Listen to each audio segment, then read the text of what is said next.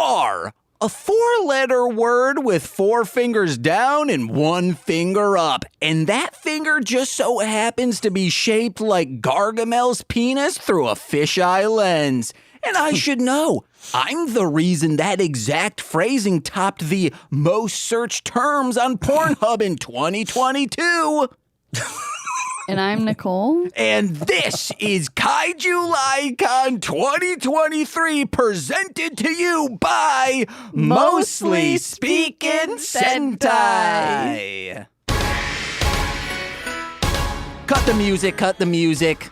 We need to get serious, okay? Live stream is like, what music? No, I'm getting serious. This is for the future people. All right.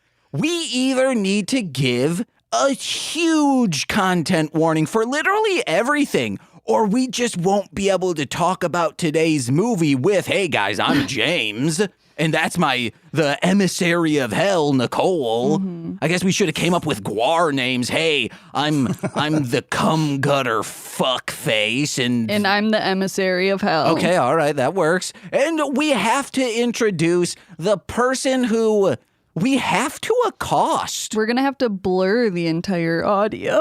Yeah, we'll blur the audio. Put like a bed of swelling strings and Damon Albarn starts singing. Yeah. You know him from Sweet Child of Time, where like he talks about fantasy stuff.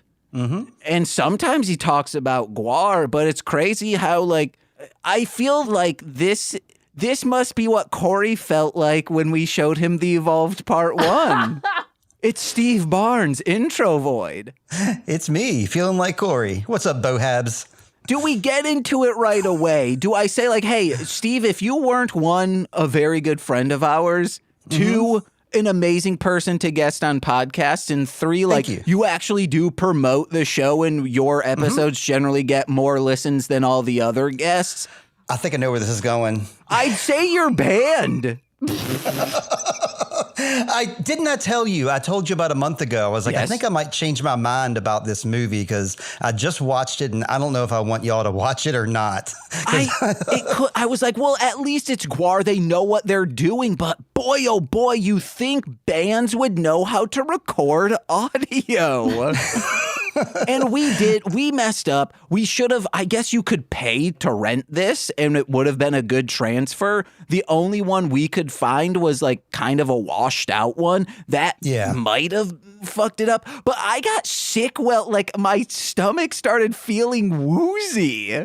I told you that would happen. Didn't I tell you that I got like really weird feelings when I watched this because something about the audio, something about the reverb, something about it just gives you like an uneasy feeling. It's very, you're exactly right. Especially when like they do the first like kaiju introduction where they have the screaming bird flying and the slaves are operating the bird. That whole scene is just nauseating. It really is.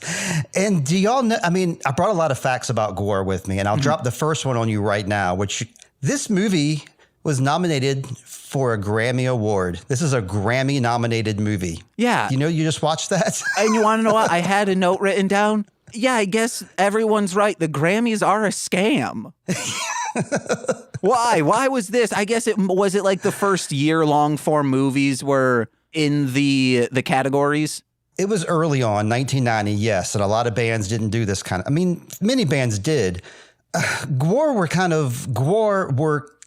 of loved by the media back in 1990. As much hate as they got from like Christian groups and like, daytime talk show would talk about how scary they were well loved by the media and they were always presented, in like a loving way. And most articles written about them, MTV loved them. Joan Rivers was a big GWAR fan and had them on her show. That was like a real big push. And that was before this movie. So I think just like the fact that they were, coming up at the time and it was so unusual and it was it did not deserve a nomination for a Grammy whatsoever. I've seen their documentary. I love the story behind them. I love their music and I love their music videos, but something about this, like I wrote down sometimes studio interference is good. Right. They had 100% freedom to do whatever they wanted. That's right. Yeah, because they're like, wow, we have all this money and we can, like, we've been doing these huge productions on stage and we have all this space to film things. Let's just do it. But this kind of made me be like, you want to know what? Let's hear the AMPTP out for a little bit, okay? Writers, maybe take a back seat and let's hear the studios and what they have to say. Because, yes, sometimes we get Mystery Science Theater, but sometimes you get GWAR's Phallus in Wonderland. Well, I wanted to bring something unusual. A couple of years ago during Kaiju Fest, y'all had, I can't remember who it was, but he came on like with a movie. Like it was barely it was a kaiju movie, but it was like starring like Anne Hathaway or something, and she was like fighting somebody. Colossal, yeah. So I was like, oh, that's really, I thought that was neat. And this movie has been like on my mind since I was a kid because I've watched this thing so many times when it came out. It was on a regular rotation on our VHS tapes for whatever reason. We didn't even love it back then. We knew it was awful back then, but we still loved to watch it. Why bring it to the table? Because I remembered that they got big at the end and they were fighting in the city and knocking over buildings. And I was like, bam, Kaiju Fest, July. That part is fantastic. I really loved that section. I mean, I have friends that are in this movie as too. I'm not friends with GWAR, but I do have kind of associations with them. Like their original guy, Hunter Jackson, who's in this, he's Techno Destructo, and he's like one of like the early founding members of GWAR. I wasn't friends with him, but I kind of knew him through associations. We went to a Halloween party together. He was dressed as a character, I guess he got from, the GWAR slave pit. Mm-hmm. So he was in character. It was a cumbersome outfit. And it was a cramped party, and it was me, him, and a couple other people. And he and I were miserable for different reasons. So we hung out the whole time, and he couldn't move because every time he tried to go to the bathroom or get a beer, his costume was so huge, and the party was so crowded, he couldn't move around. So he was stuck in the corner. So I was like getting stuff for him, and we were both pretty miserable that night. So that's like the closest I ever came to like being buddies with GWAR is like hanging with him all night, I guess. Was he like, I was expecting to get a Halloween party kiss by the end of the night. Won't you help me with that? And you're like, oh, yeah, let me see if there's someone around. And he says, no, I need it now. Yeah. I wasn't giving it to him. But you did. I didn't give him a kiss. I gave him some beers and some cigarettes. AKA That's kiss and a kiss. That's a GWAR kiss. Yeah. Yeah. Then I told you my friend Jay DeShozo got me into him very early on. And it's this era of GWAR that I really like the best, actually. Mm-hmm. Not necessarily like this group of songs. These songs on this thing are on Phallus in Wonderland are regular songs they still play now. Like they play Crack in the Egg pretty much every show. They play the Morality Squad almost every show. And, their shows, for people that don't know, are very similar to like a Weird Al show where like every song has a different set piece and every song has different costumes and characters. That's how a GWAR show basically is too. And they I guess in this era, the early 90s, they were more dirty and like, what did I write down here? Their costumes were, they were more disgusting and dirty and wet and form-fitting. And like now their costumes, they get wet, of course, but they're really big and bulbous and more cartoonish, I would say. So I kind of really hold true to like this era of GWAR, basically. This is what I think of when I think of GWAR. Nicole, what's your favorite era? Of just anything. Taylor Swift eras? Yeah. Which era of Taylor Swift do you like? I didn't know there were eras. Yeah, you haven't heard this new it's era. The tour. The tour might push her over to be a billionaire and that we can start eating her. Oh my God, she must taste not that great. Oh, like Beyonce. We should be eating her? I don't know. I was thinking that maybe that I watched Swarm and then it's based on true events. So I was assuming that she really did get bit by someone. No, I'm saying she'll be a billionaire and then we say, oh, eat the rich. Oh, okay. That's where I was going with it. Right. Bring her rich. To the guillotine. Yeah, take her there and she'll say, oh, I'll write a song about you, guillotine. And then she says, "Oh, pierce my throat and fuck me good." Oh my God. Well, she's like, "Hey, I'm going out. I might as well really speak my heart. You guys used to censor me, and now I can say what I want because you can't try a dead man." She whips out her titties and says, "Yeah, what about this, huh?" And people are snapshotting. They're like, "You want to know what? Hey, if this is with the direction she wants to go." She says, "How about you slice my labia?" Nicole, remember when James said that GWAR is a 4-letter word with like one finger up, right? Do y'all know what GWAR stands for? Like the acronym GWAR? What? Did y'all figure that out? No. Well, guess. If you don't know, guess. I'd like to hear what you think. James can come up with a good one. Galactic warriors are radicalized. Okay, I love this game. I love playing it when I don't know what an acronym is. GWAR. So what does that stand for? No, like when I don't know what. Like when you don't know what literally the acronym means. It sounded like you were sarcastic. But do you really like doing that? No, I'm being sincere. Oh, okay. I'm being sincere. Okay. Let's hear it then. You have a resting sarcastic throat. No, remember, I do know what an acronym is. I Googled it. Okay. I Googled what a word made out of letters when I was high. Okay. Geese wanting another revolution. Yeah, both solid guesses. Yeah. God, what an awful racket. Okay. That's what it actually stands for. I'm assuming somebody said that to him at some point. There should be 2 A's in there, though. I know. I think just God, what a racket is fine. But they have to say, God, what an awful racket. Do the "and" really small. Mm-hmm. 2 A's. That's how I wish my titties were. This episode is Small Naturals. I'm fitting right in. Uh-huh. Me too. Nicole. Oh, these guys were on Codename Kids Next Door. That's the next fact I was going to bring up. GWAR was? What? Yeah, the episode was called Operation Food Fight. And yeah, GWAR showed up and did it. What was the acronym for food fight? I did look at that when I looked it up, but I don't remember. It probably stood for Friends of Odorous. Oh. Do find infinite tired energy. There we go. Because they spelled it fight, F-I-T-E. Okay. Because I only know that because every single episode of Codenames Kids Next Door was Operation, a thing, and then that was always an acronym. I voted for that to be a TV show. Say again? You voted for that? Oh, that's right. One of the big pick weekends. As it turned out, I remember it was Codename. It was like they had a contest of like 5 shows that you could vote for.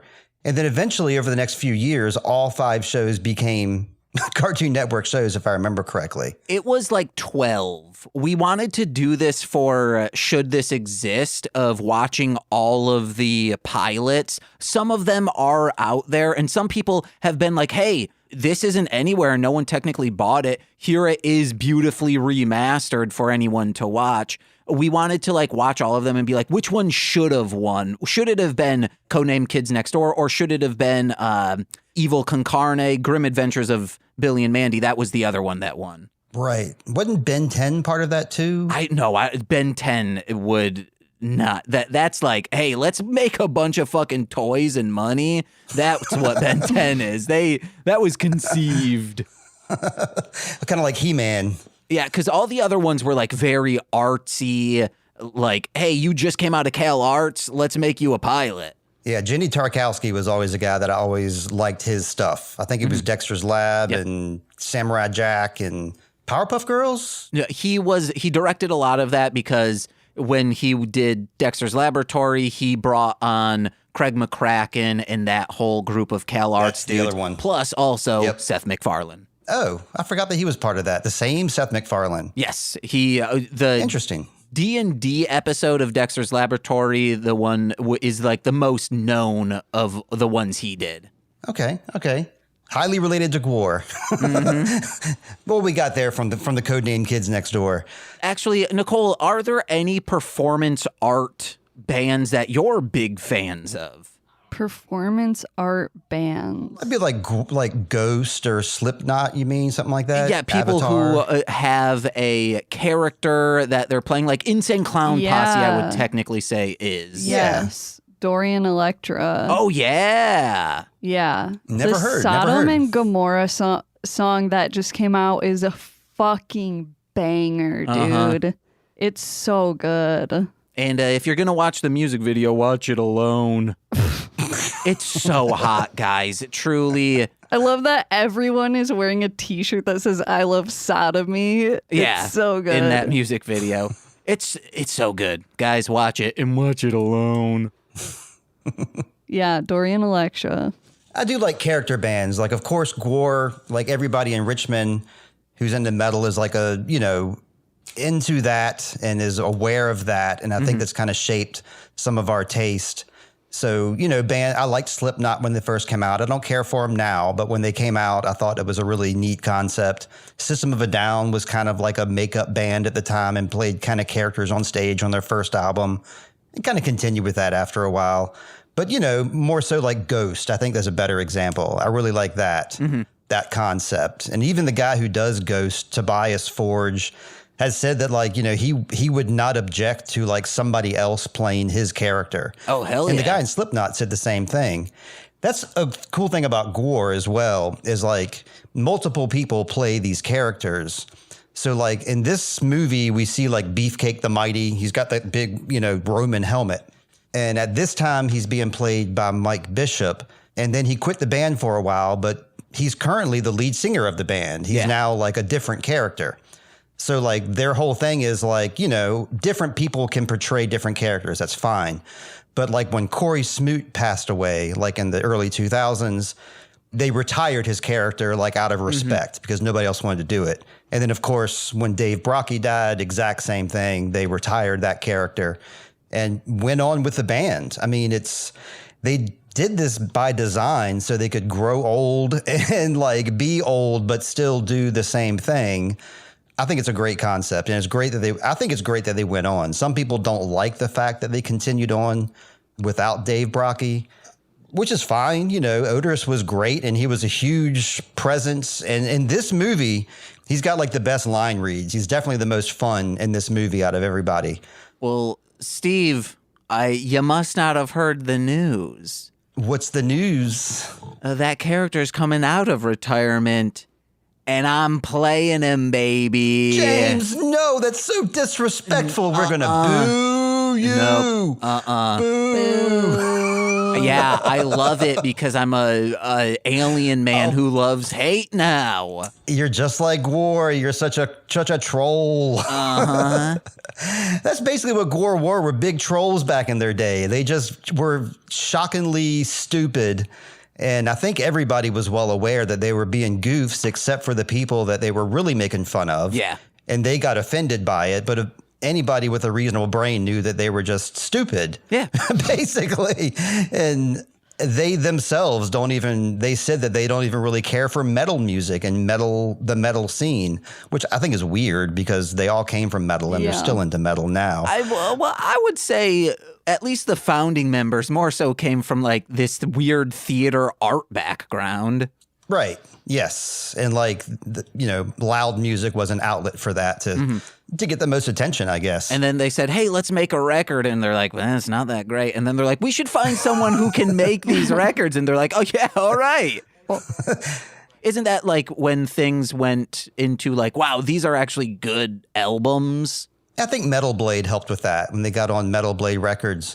I mean, their first original album, Hello, I sent that song in to Who Charted, so you must have heard it. That song, Slutman City. But that album, even though it was, crudely recorded, I guess, like in a Richmond studio, I believe, it still sounds great. I mean, punk rock tapes sound great for what they are. I guess their next two albums, they did go to Metal Blade. They did get a better studio sound, and they got a better guitarist. They got somebody who actually, like, would play solos and shred. And that really changed their sound a lot. And that's not during this era that we're seeing here. But I think a lot of that lays on Corey Smoot. I think a lot of people say it's him that brought that, like, more thrash metal edge to them that they got in the mid-90s, I guess, or early 2000s. It's mid-naive. Mid-naive. Pay some respect now. Yeah, Nicole. So, do you guys want to, like, break this movie down now, note by note? I mean, that's what we're here for. All right, let's do it. I've got notes, James. My first note is they cut off his dick, and I like that's the crux or the catalyst of this. Otis's cuttlefish dick has been severed. This whole movie is a parody of real life events that actually happened to the members of GWAR. Did you read up about the cuttlefish of Cthulhu and the situation they had in North Carolina? I didn't have to read up about it. I saw the documentary. Oh, okay, yeah, good. Do you want to go into that, or should I? Because I think it's a pretty. I watched this documentary once. You've lived this life. Yeah, I've lived it. That's right. 10 miles away from them. All right. Yeah. So it was September 1990, and they were playing a club like they always do. And he had this. It's called the Cuttlefish of Cthulhu. It's about like a 3 foot long, like fake penis. That was like the lore was it wasn't part of his body. It was a thing that attached itself to him. I think because of like advertising, like some Christian groups got hold of the fact that they were playing and they got offended. So the police were there and they were like, you can't take that thing on stage, kind of like a Jim Morrison situation. And they're like, haha, we're going to do it anyway. So they did. They got arrested. They got arrested. It was Dave Brockie and the club owner, Michael Plumedes. They both got arrested and they confiscated the Cuttlefish of Cthulhu. And that became like state's evidence, just like in this movie. Mm-hmm. And to this day, it's still like in a locker somewhere, in a police locker in North Carolina. It still hasn't been recovered. The judge of the case where they had to go to court to face like their charges, which I think were just like obscenity charges or something. The judge's name was Dick Boner. So they used the real judge's name for the movie.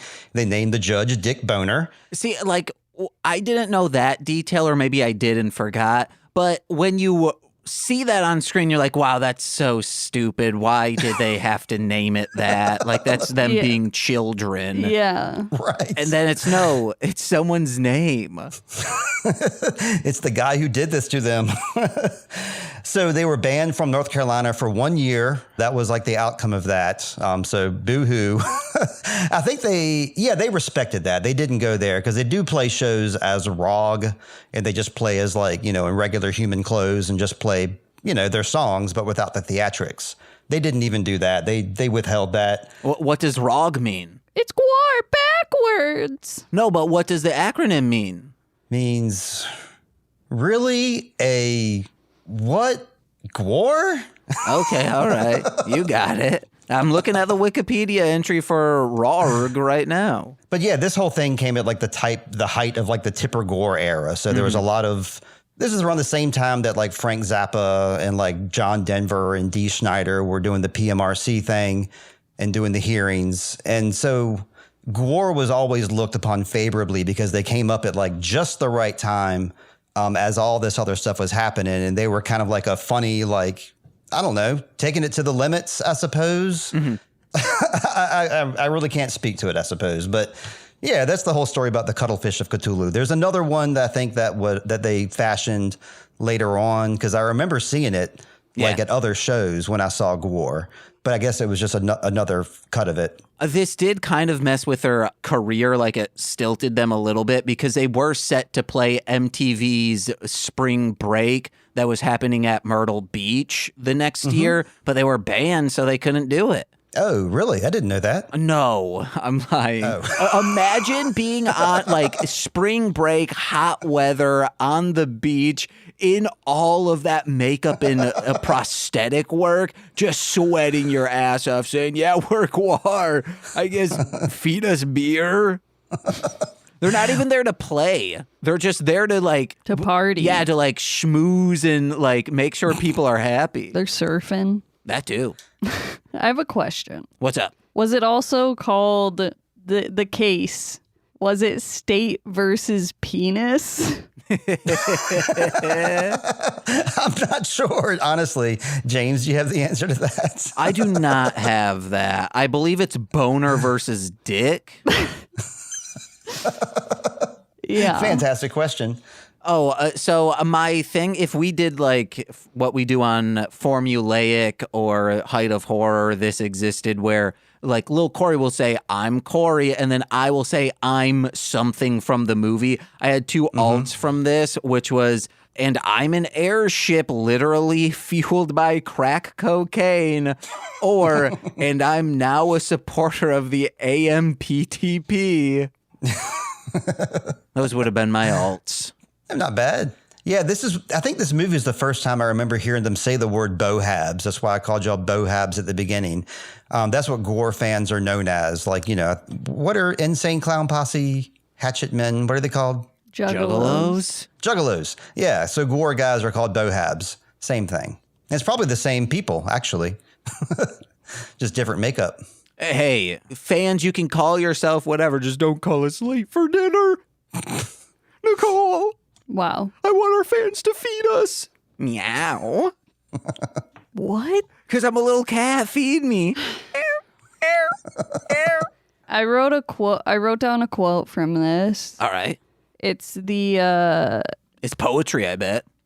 yeah, maybe. Very philosophical. In the courtroom and the old lady is yelling or something. This cuttlefish is actually a penis. Fish do not receive an erection when shown pornography. Is that your first note, Nicole? No. Okay, I was going to be like, that is so far in. My first note is shirt says kill fuck skateboard. Oh, hell yeah. Do you line up with those ideologies? Steve? Oh, me? Yeah. Kill fuck skateboard? Uh-huh. The skateboard part, yes. Mm-hmm. The kill part, no. The fuck part, yes. Hell yeah, So yeah, dude. like two-thirds. What if it's like, yo, man, I just killed it on this recording of I Sweet killed it Child on of the, Time? on the gnar. Oh, yeah, that too? I respect that. I won't say it, but I'll respect it. I'll nod my head and say, oh, that's cute. You're like, oh, man, I just killed it at Applebee's wearing Jinko jeans. I have been there, James. I know, that's why I'm referencing it. Good, great. I know you, Steve. I feel like I know you two way more than y'all know me. So because I listen to y'all like for hours every week. So I just don't feel I don't remember ever telling you anything about Applebee's or Jinko jeans. Yeah, dude, you talk about Applebee's a lot. It's where you met your wife. It's where I met my wife, and we're eating good in the neighborhood. That's right. Uh-huh. Speaking of your family, I really wanted to just be like, hey, go get your daughter. We just need her to guest on this. I just need to say, does he show you this? Is this what he's like? Give me the tea on him as a dad. For me and Heather's, it was our 18th anniversary. We took the kids to GWAR Bar. Caleb and Charlotte. Yeah, of course. Okay. So, I didn't show them this movie, but we were surrounded by, fake gross stuff and boobs and the whole thing. Yes. GWAR Bar is great. If you guys came to Richmond, that's one place you definitely got to check out. That's what Melzer and company say as well. Okay. Because they're from the area. Do you think their follow-up movie, the Deadhead Skull Man, is that better than this one? I'm not aware of Deadhead Skull Man, so I can't say. It's the follow-up movie. What's their next movie? GWAR. I had Live from Antarctica, Phallus in Wonderland. Those are the only two GWAR movies I owned and watched. I don't know of any others. I'm sorry. Oh, dang. Okay, well, you guys talk. I need to find the name of this Deadhead Skull Man. All right, Nicole, let's talk GWAR. So much pressure. Okay. One of the first times I saw GWAR, it was like 88, I think. I went with my friends Jimmy and Gabe, and Ween opened up for GWAR, but this was before we knew who Ween was. So we're completely unaware. There was just two guys on stage. One was in his tighty whities. The other was dressed as Robin Hood. And they had the GWAR backdrop. So there was all the dead bodies and the blood and everything. Okay. And they were obviously on drugs. Okay. They had a 4-track tape on a chair next to them. They would hit the 4-track and then they would play along with it. And if it's, I don't remember if it's Dean Ween or Gene Ween, the singer the one who was in his tidy whities would just dip his hands into like the buckets of blood behind him and like rub them on his body while he was singing. Yeah. We had no idea who these guys were, but we fell in love with them. It was a great thing to behold. Wow. Okay. I got to start doing quirky stuff when I'm on stage. You do. Tidy whities and blood. Oh, that's kind of like Gigi Allen-ish. I hate to say it, but yeah, it kind of is. You want to know what? We'll be performing at Fan Expo, so Chuck, be weary. I will be coming in underwear and blood. But I could say I'm cosplaying, Nicole. Who could I be? I guess Gigi Allen? Who else? Dean Ween. But who's like a no? I'll just say like, it's from... Oh. It's from an episode of One Piece, episode 630, and he'd be like, I just gotta take your word for that, James. Are you performing music live? Is that what you're saying? No, it's a podcast. This is kind of like a live podcast, isn't it? Yeah. That's kind of like what this is. It's just like this. Exactly like Except you have to go somewhere for it. So this, I said the name of it was something like Deadhead Skullman. Yeah. Well, the movie is called, this is their second movie, it's called Skullhead Face. Okay.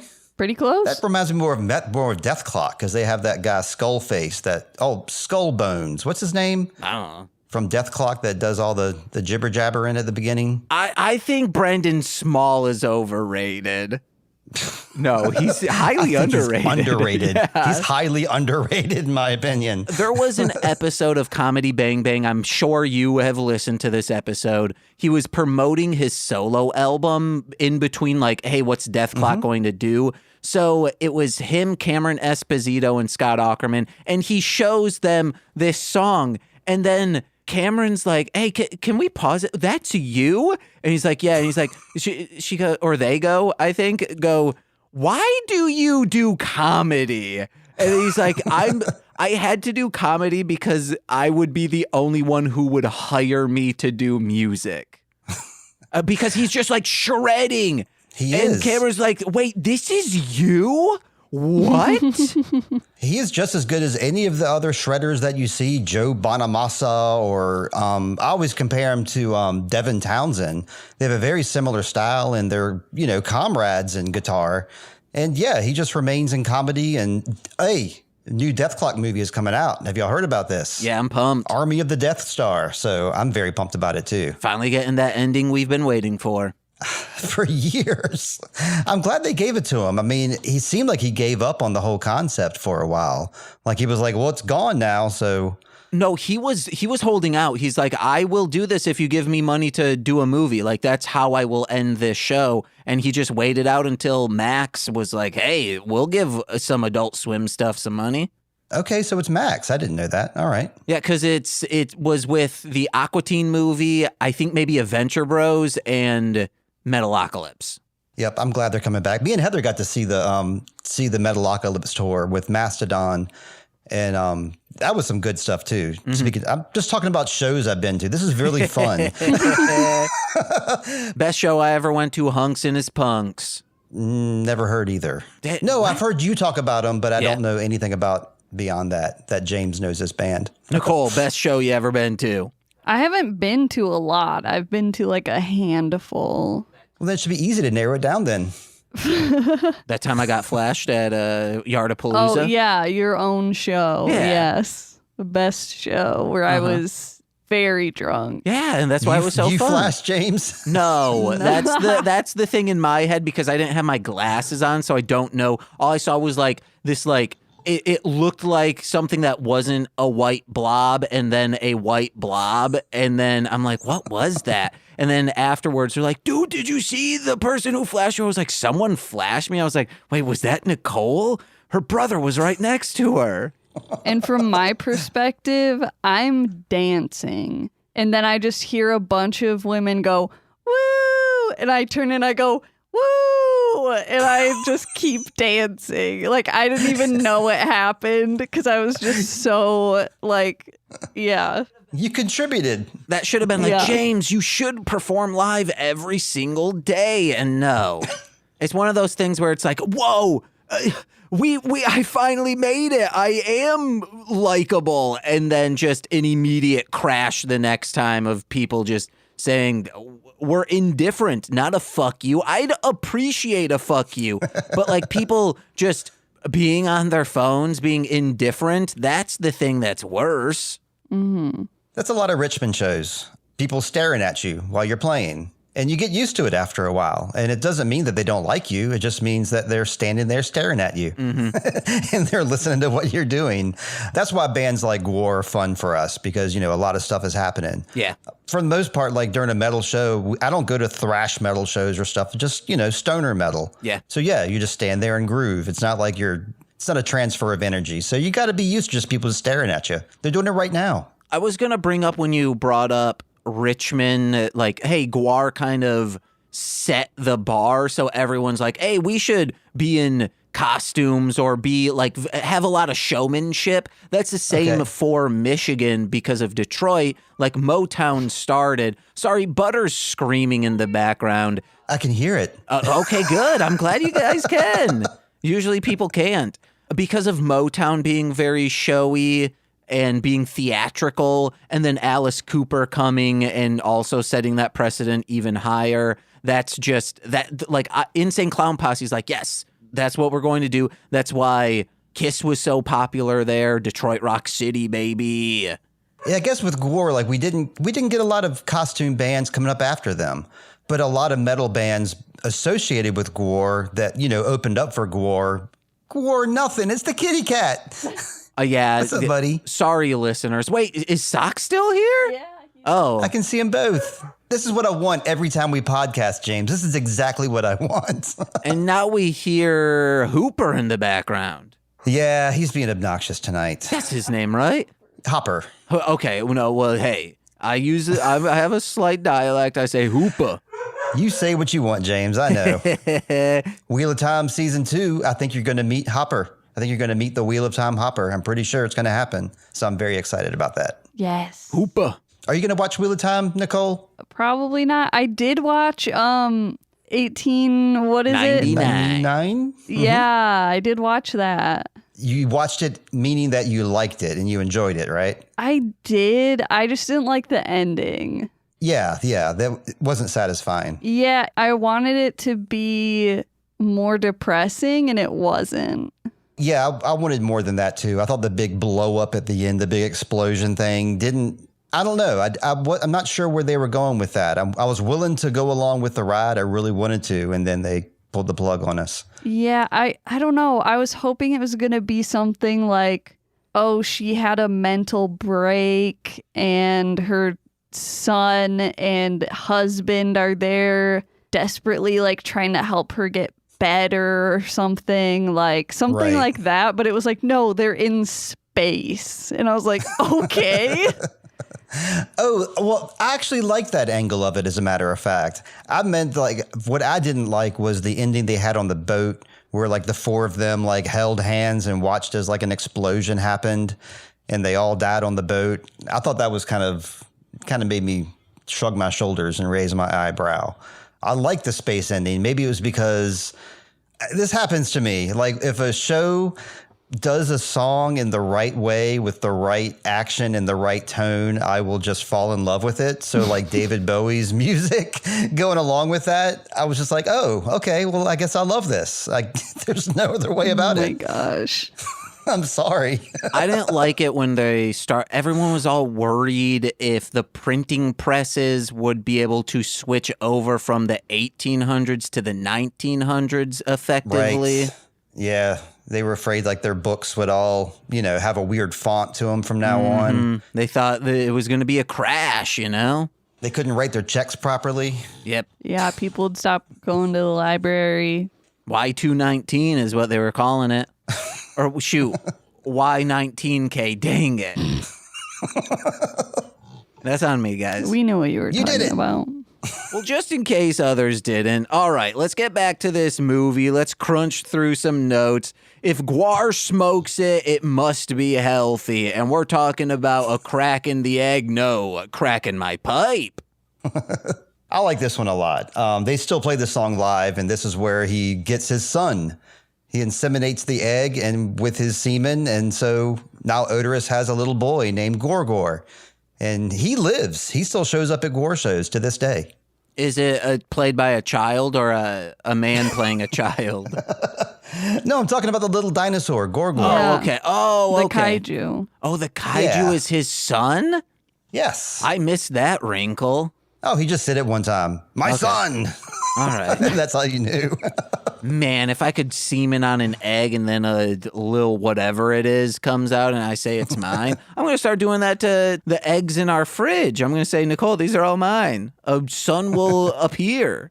And it's just a chicken coming out, and it's just a chicken who's constantly aroused. This era of GWAR, I'm going to go back to that. I'm going to ignore that, James. Sorry. Yeah. Okay. Good. This song of GWAR, I should say, they were really big on crack jokes. And I never thought crack jokes were hilarious. Their audience did. They still make crack jokes to this day. And we had a real crack problem in Richmond at this exact same time this was going on. And this was kind of like their way of like addressing it in like their weird little GWAR way. But really, they actually, were concerned. They're very, I don't want to put any words in their mouths, but I respect their politics and I respect them as people and what the people who play GWAR stand for. So even though they're making all these like lame crack jokes and it seems all really stupid, I guess it's a butt of a dumb joke for a bunch of dumb guys, but it was a real problem. And I think it's just strange that they still cling on to this crack joke and this whole crack theme, even though like the whole crack joke thing is like of the past now. Yeah. Now we joke about meth. That's what we joke about. Yeah. But they've stayed true to the crack in the egg and the crack in my pipe. I mean, we do. You really don't hear a lot of heroin jokes because it is such a problem. But it's like, even they would be like, we can't joke about heroin, guys. That's in poor taste. I think it's just because crack and meth are associated with poor people because the drug is really cheap. And it's mostly not drugs. It's mostly like baking soda or like additives, mostly dangerous additives. I don't know. Soapbox time. I don't like crack. I don't like crack jokes, but I like GWAR. My favorite kind of crack is when a plumber bends over. I'm a waterman myself. My favorite kind of crack is a crack in time and space. So then I can time travel. Yeah, I love it. That's my favorite crack as well. Nicole, what's your favorite crack? I remember, so this is not my favorite kind, but it's related. It's an anecdote. I remember a former art teacher of mine making a joke about like making pottery and saying that crack kills because like you don't want to crack in your That's good. That's a dad joke. To children. Nah, kids know what crack is. No. You've done Dare before. My favorite kind of crack is Cracked Tiles by Zug Island, released by Psychopathic Records, produced by Violent J of Insane Clown Posse. What about Cracked is it a comedy magazine? Yeah. The magazine. Yeah. There you go. Thought I had one over here. I think it's a comedy channel too. It is. It's the place we watched Rats on. That fucking movie. Yeah. It's rips, guys. Watch Rats. It's currently on. Probably better than this movie. Oh, absolutely. We should have watched Rats instead. Like, they're rats who turn into big people, and two rats, people are kaiju. Yep. I don't think I had any more notes about cracking the egg. I think my note is like the best line deliveries are coming from Odorous Urungus. He's really the best on camera. My next note is they're in the jury room and we see a flashback to what's this big man's name? Corporal Punishment. Corporal Punishment. He explains how they got the cuttlefish, which... He sawed his dick off without provocation. He just sees this man, he's like, I gotta get that dick, and then just saws it off. Pushes him on the ground. Like, imagine being bullied so hard that it ends with someone ripping your penis off. And then what the song playing said 12 gauge truck, 6-pack. It just basically said a bunch of terms like that during the song in the background, which I liked a lot. It's an early GWAR song. Man. Nicole, what you ever been bullied this hard? No. Never this hard. No, that's a bit extreme, I Okay. would say. Yep. Yeah. That's how the band became extreme, through this extreme bullying situation, I bet. Extreme. I've been bullied, but never this hard. It was just like, hey, I'm going to have to take this. You want to know what? They're not wrong. I did kiss a boy. Just own it. No. Oh. They made me feel ashamed of that. Yeah, and I'm saying don't. Well, it's a little too late, too sorry. I can't, if I could go back in time, I'd say, hey, man, kiss another boy. When one of those boys makes fun of Yeah, you, kiss them. Yeah, tongue included. Grab them by the Oh, don't do man that. pussy. Don't do that. That's how the stars do it. Yeah, well, so even if I were to go up and kiss them, that is also, I guess they're assaulting me verbally. I should be able to come back physically. Yeah. Cancel that out. That's how bullying works, at least in my time. They hit you, you hit them back 10 times harder. I thought you were going to say town. No, I mean, yeah, still in our In town. my town. Hey, back in my town. Bullying is an equal net sum, okay? You do a little bullying, you get a little bullied, okay? So if someone starts bullying you, you piss on an anthill, then get shrunk down, and then you bully an exterminator into being a deformed man. And then you're going to bully the deformed man? That doesn't seem right. Well, you've bullied him because he was bullying you by trying to force you to sign papers that your father's, in quotes, should have signed. This is the ant bully now. Oh, of course. Yeah, everyone knows that. Yeah, everyone's seen Ant Bully. I've seen the box office receipts. Everyone's seen the ant bully. Yeah. It's required viewing. It's a little Hollywood hidden secret. Avatar, Endgame, no. Ant bully. That's the top of the box office. Tom Hanks's Ant Bully. Mm-hmm. He saw how shitty his son was and was like, God, I gotta make something to get through to this kid. And he only likes the ant bully, but he only reads the first few pages and then he puts it down. Do you think it was when his son was an adult or a child? I mean, if it was Chet, like he was getting up there in age at that point. He was probably like 14, 15 reading it. Yeah. Here's a cool book for you. Yeah, there you go. Your other brother's in Orange County. Now we got to just toss this over to you. Yeah. He took the wrong lessons from that movie, I think, or that book. Yeah. Took the wrong things away. Maybe he only read the first part where the kids shit. That's what I said. He puts it down. Yeah, like okay, got it, how got 50 Cent watches mafia movies. But you didn't say like, you just said the first half. You didn't say like only the parts where the kid is shitty. Yeah, that's the first half. Yeah. It's You're not just until like implying it. the last, in the movie at least, the last 20 minutes. Anyway, I like that they put in the I'd buy that for $1 from RoboCop.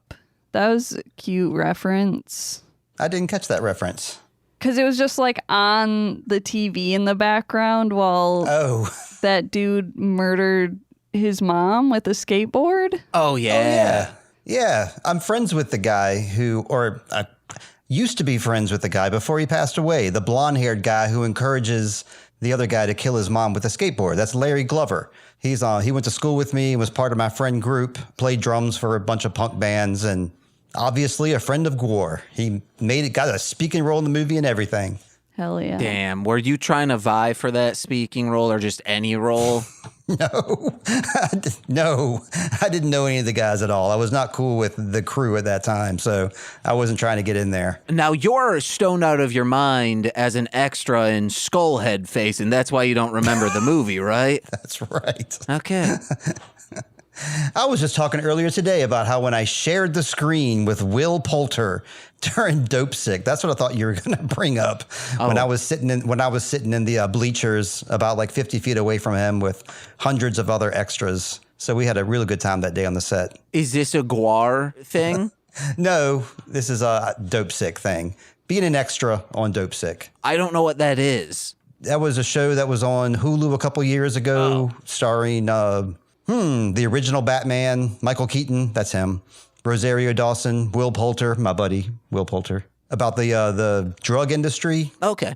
Yeah, I was an extra on it, and we talked about it a whole bunch. You remember the Jinko jeans and the Applebee's, but you don't remember when I was an extra on a show. Because he can save that and use it later in a joke. I mean, I could use you being an extra. I do it to Sean all the time. Yes, that's his job, but... Right.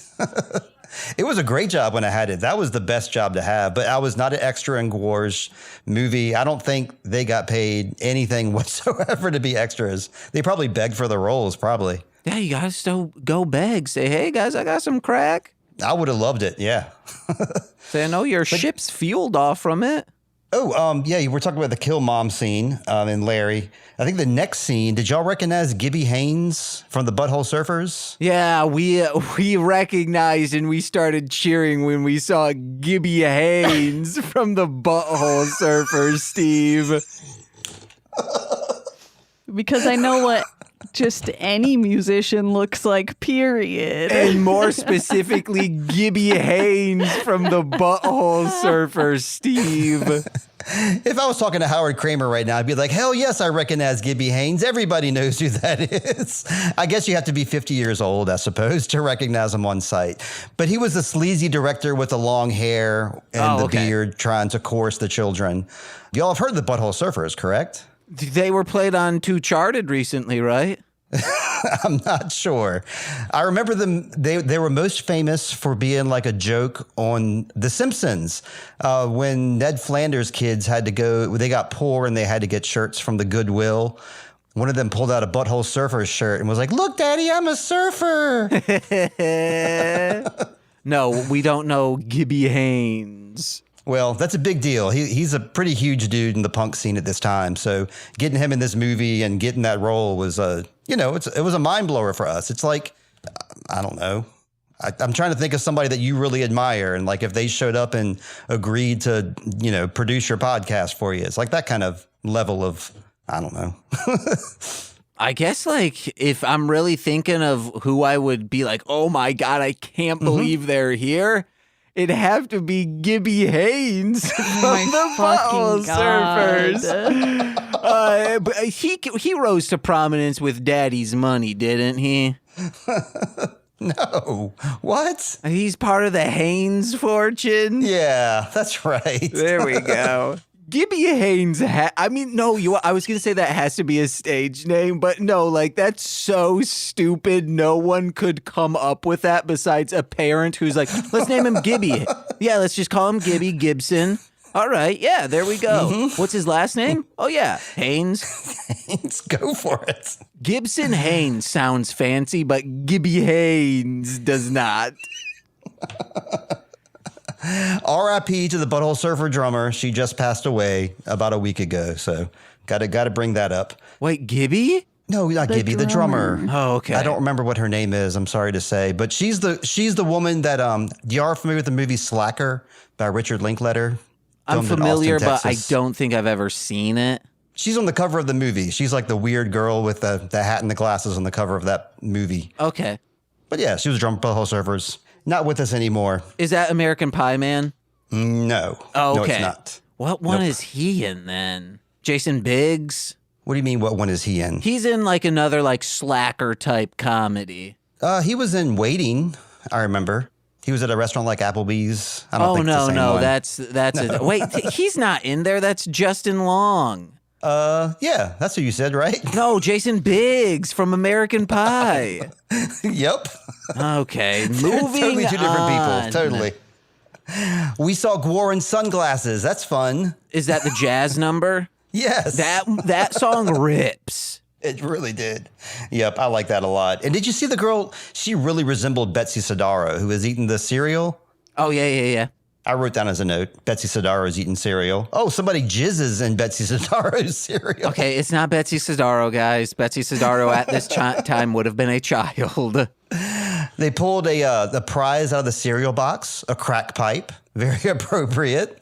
Oh, in this song, too, he declares that he's gay and he's proud. So yeah. I like that. It's good times. At this time, I wrote down this is like a bad trauma movie. However, it has great art direction.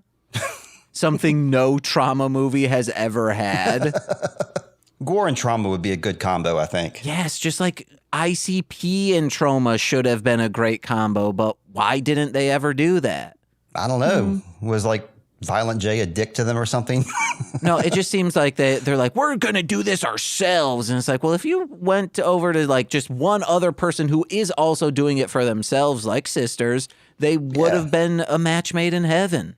Probably. Match made in Shangri-La. I'm sorry. I like this this character that has the super strength of 2 men. That's my next note. Yes. He shows up on stage at a lot of concerts and like they have 2 guys playing him, obviously. They split him in half and it's good fun. Would love to split you in half. Me? Thank you. Yeah. All right. Who else would I be talking to? Me? Nicole? The other person that's in the same room. I don't want to split you I'm in in the half. same room as you. Nicole, that would be murder to you. Oh, okay. I'm talking about like Terrifier 1 style. I'm going to saw Steve in half. Yeah.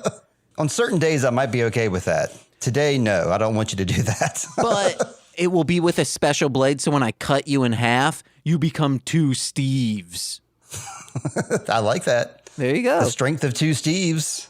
My next note, James, is GWAR. This might be why they got the Grammy, or why they got nominated for the Grammy. The Road Behind. GWAR actually wrote a ballad for this movie, a metal ballad, and it was beautiful, complete with whistling. And what are some of the lyrics? It's like about the trials of the road, basically. Okay. Yeah, do y'all remember this song, The Road Behind? Yeah. I'm going to be honest that I didn't understand anything they were saying. Oh, yeah. And there was not an option for subtitles. So, like, you saying, like, oh, yeah, he said this, and I'm just like, okay, sure. I wish I knew we could have purchased this on VOD. It wasn't until way after the fact and that I know, like, it actually looks good. I'm upset we couldn't have experienced this in full force. Yeah, I watched it on really crappy YouTube as well, and it was really bad. But some of the lyrics here, Nicole, is and see, he's crying. He says, "Sleazy, I can't do the show. I'm just a sensitive guy. A little bloody teardrop running down my dirty eye." Yeah, these are the kind of trials that that Odorous goes under. Yeah, like the only thing I have regarding like the music is just that his vocal range is really good. Yeah. Like he has a beautiful voice. A beautiful mind. A beautiful voice, not good articulation. My last note is, besides fast forward to the kaiju stuff, that was nice. Right, My right. last note was, Nicole, what if Pop Evil did something like this of just like a long form music video, like an hour long, just showing off the sights of Muskegon?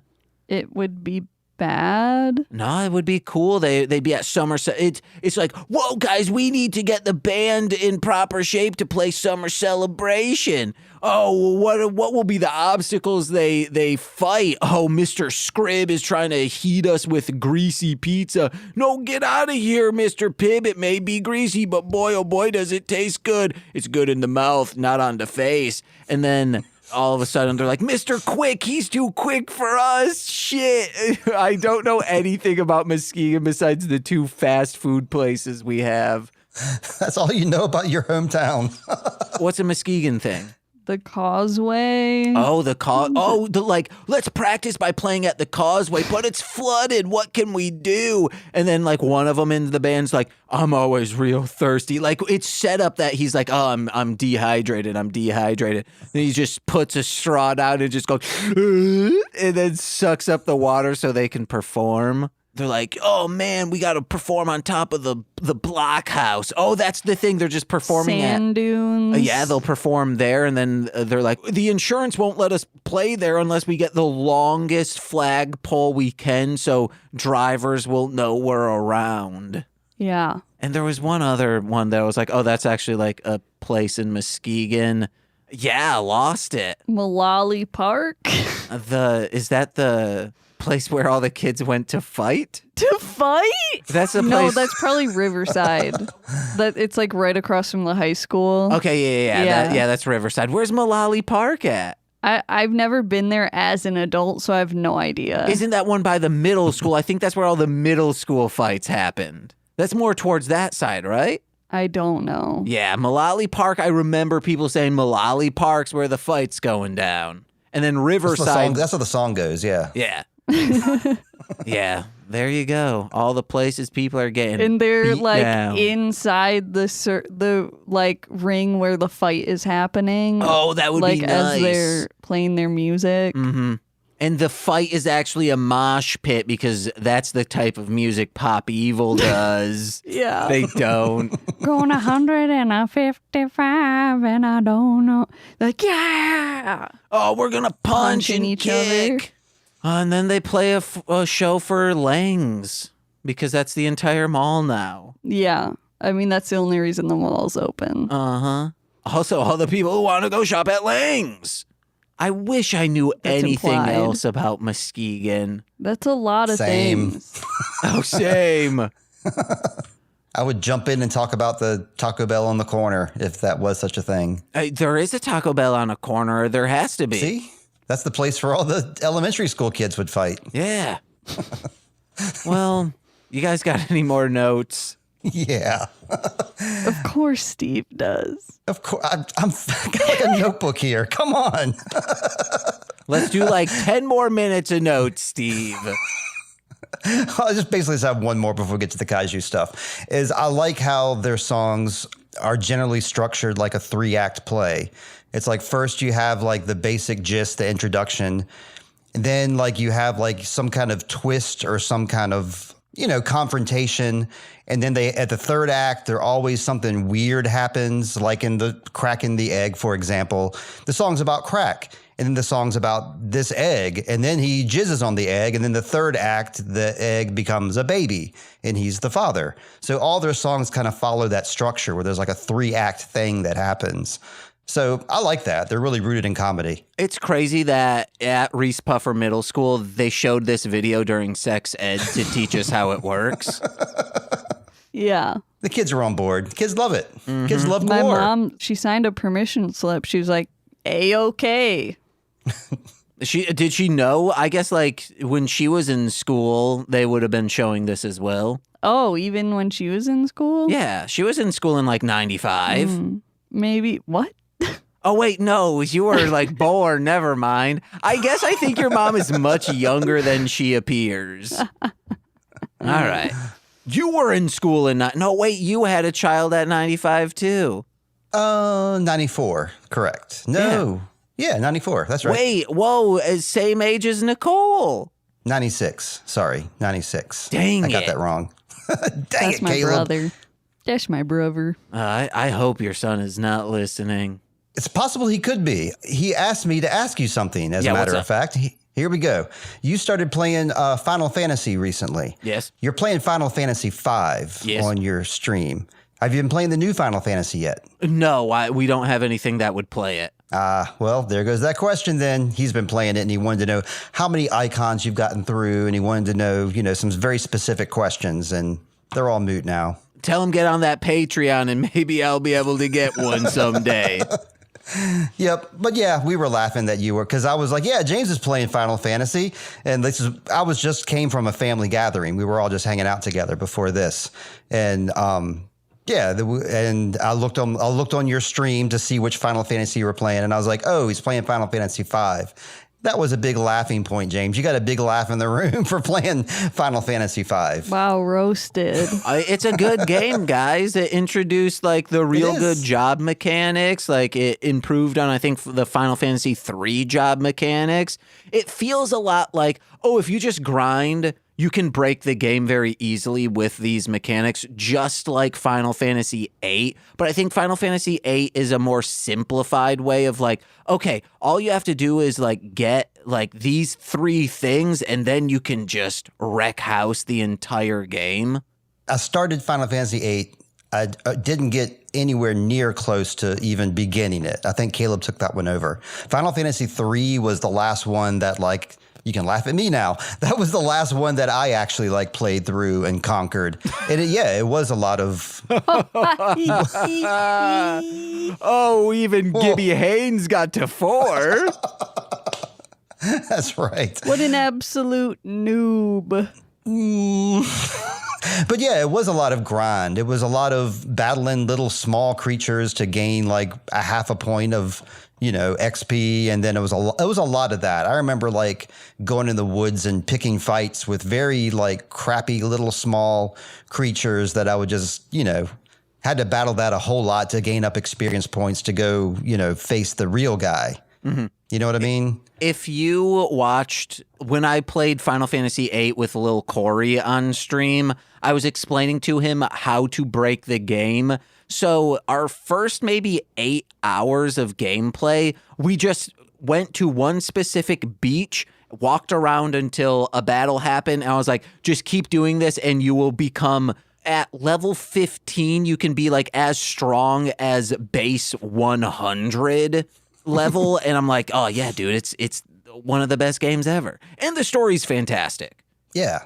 It takes forever to do that, but I remember just doing that for hours and hours and hours until I was finally at that level. With the updated versions, the battle, you can go 3 times speed. Okay. But it doesn't affect the music. Like the music and sound effects are still the same. So Hell it yeah. still feels like you're not discombobulated with like...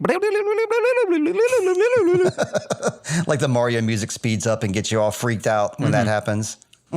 It's unnerving. Yeah.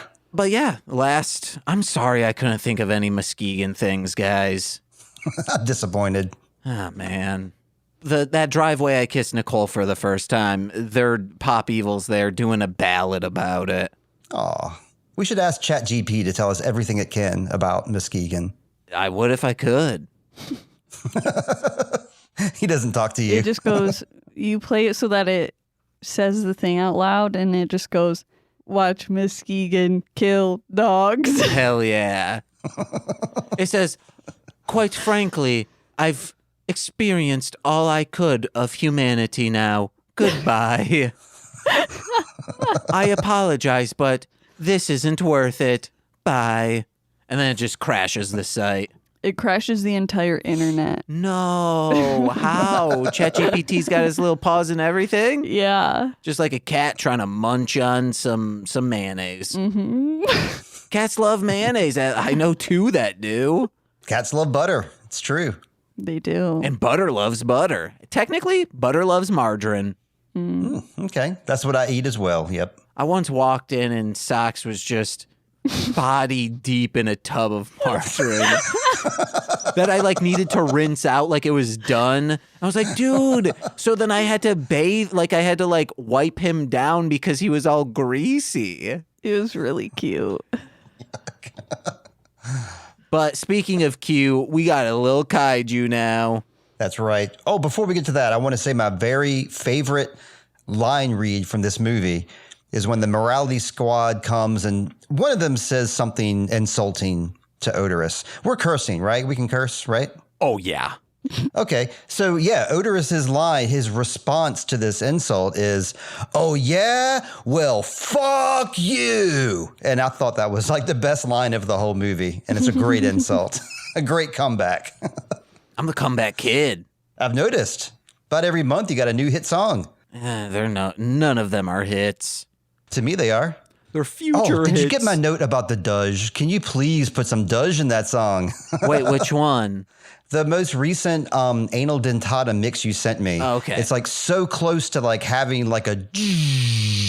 It's like you almost do it a couple of times. Oh, no. So there is an effect in there that is technically that noise. Mm-hmm. But it's just there to be a bed of music. It's technically a bass effect. Guys, we don't need to talk about this. It needs to be louder. Okay. It needs or to you be a want, Dudge. I'll put it in like one little section where it like drops out and it goes. Yes. And then Gatling guns start going off and Pop Evil singing. What if I get Pop Evil to do an Anal Dentata remix? I know you can get It'd be Introvoid to do one, viral. I'm pretty sure. Yeah, Introvoid's already signed up. Cool, good, like that guy. I like how they became kaiju. Did y'all notice how they got big and became kaiju? Wait, do you really like Introvoid? Because sometimes it seems like you kind of hate that dude. I mean, I did block them on Instagram. I did. Yeah. All right, but this kaiju. They blew on their thumbs, and that's how they became big. Did y'all notice that? No, that's a good way. Yep. That's the only way, I think, to become huge. That's exactly how they did it. This does make me think we should find all the music videos that are just kaiju fights. We know of this one. We know of Intergalactic. And maybe we should just do an episode on that. No. Okay, all right. Straight up. Nope. Denied. But I really like the set work in here, the lighting that is given off by it's a bunch of small buildings, but there's like the lights are coming through the windows of these small buildings. It looks beautiful. Yeah, it really does. I like it too. Like something that's on Gridman or Super Strength Samurai Squadron, whatever that thing's called. It looks a lot like that setup. Yeah, I remember okay, so they were having their battle and the newscaster was beside himself and freaking out. I remember the newscaster shot himself on the news, right? Like on Faces of Death. Exactly. That's what I was going to say is that's a mirror of something that actually happened. I think it's kind of tasteless, but they threw it in there and another slice of reality, I suppose. That has become amongst gore hounds a sort of joke. I think it's actually Traces of Death, not Faces of Death that's shown on, but it is of some politician going through legal troubles and he just straight up kills himself with a gun at a press meeting. Oh. Yeah. And someone screams, "Oh, someone call an ambulance." And it's like, dude, no. Well, it's based on something that actually happened, Nicole. A senator did that, and I knew about that from that Filter song, "Hey Man, Nice Shot," because that's what the song is about the guy, going on television and killing himself. It was during the Saturday morning cartoons. It was they interrupted the Saturday morning cartoons for a news conference, and that's when the guy chose to shoot himself on air. Oh, and so my that's parodied God. by all these. Yeah, it's pretty gross. That's why I didn't quite love that they included that in there. But, GWAR being GWAR, they have to, poke fun at everything. Yeah. It's R. Bud Dwyer, I believe is There the you man's go. name. He was an American politician, the Republican member of Pennsylvania House of Representatives. Then from 71 to 81 was part of the Pennsylvania State Senate. And then killed himself during a live press conference. Yep. For why, I don't know yet. Conspiracy, mail fraud, perjury, and interstate transportation in aid of racketeering and was scheduled for sentencing later. So yeah, it looks like it was just a bunch of white-collar crimes that he should not have been doing. Not worth all that, though. Not worth traumatizing a nation with your actions. This video, I'm going to go back to Happier, this GWAR video where it's kaiju. This got regular rotation on MTV. And not only that, I believe it was either this video or The Road Behind got featured on Beavis and Butthead. And Beavis and Butthead, of course, laughed at it and made fun of it. And that was probably one of their biggest exposures. Because, a lot of kids watch Beavis and Butthead. And so, and I remember not just Beavis and Butthead watching that particular video, but they would talk about GWAR during episodes, just offhandedly, they would bring up GWAR. My sister earlier was asking me what exactly we were doing with this. My sister's seen GWAR too. I took her to a GWAR show when we were kids. And she was like, "James and Nicole know who GWAR is?" And I was like, yeah, they're popular. And she was like, she was not aware that they were popular outside of Richmond. She thought they were just our little darling band here. And that they, I was like, "Vicky, sorry, they're everywhere." Well, other countries, they're huge in other countries, more huge there than they are here. And on the subject of Beavis and Butthead, one of the video games, the crux of the entire game is you are trying to get to a GWAR concert. Oh, yeah. Okay. That's right. I'd forgotten all about that. And I mean, in my world, I mean, in comic book terms, it is, I guess, recent. Came out with the Orgasmageddon. Yeah. And the illustrator of the King Kaiser X cover did colors in one of the mini stories in the first GWAR issue, to the point I was looking, I was like, wow, it looks like they jacked his style. And then I was like, wait, no shit. John Clark Bailey Jr. did the coloring on this. Damn, so you're like a GWAR associate as well then. Kind of. 2 degrees of separation. Yeah. Right on. Hell yeah. Silence. And there you go. There's GWAR's Phallus in Wonderland. Sorry we barely talked about the movie. It's unclear who won the big kaiju battle. You can't really tell who won this battle because they were just rolling around a lot and hitting a lot of stuff. But we do know that the cuttlefish of Cthulhu lives at the end. So rest assured, the cuttlefish is okay. And that's all we need to know. He's a cutie. He is. He's a scamp. He giggles and gets boners. Yeah, I like him. Would you rather kiss that cuttlefish or an exhaust pipe? Nicole. I'd kiss that cuttlefish. All right. I would too. Exhaust pipes are disgusting. Yeah, Cuttlefish same. is disgusting, but cuttlefish is more disgusting in an organic kind of way. Yeah. So I'm going for the cuttlefish too. Where, like, it's not going to kill you. It's not poison. It's just possibly semen. Yeah, I think so. Yeah. But probably not. Like, it's not really a penis.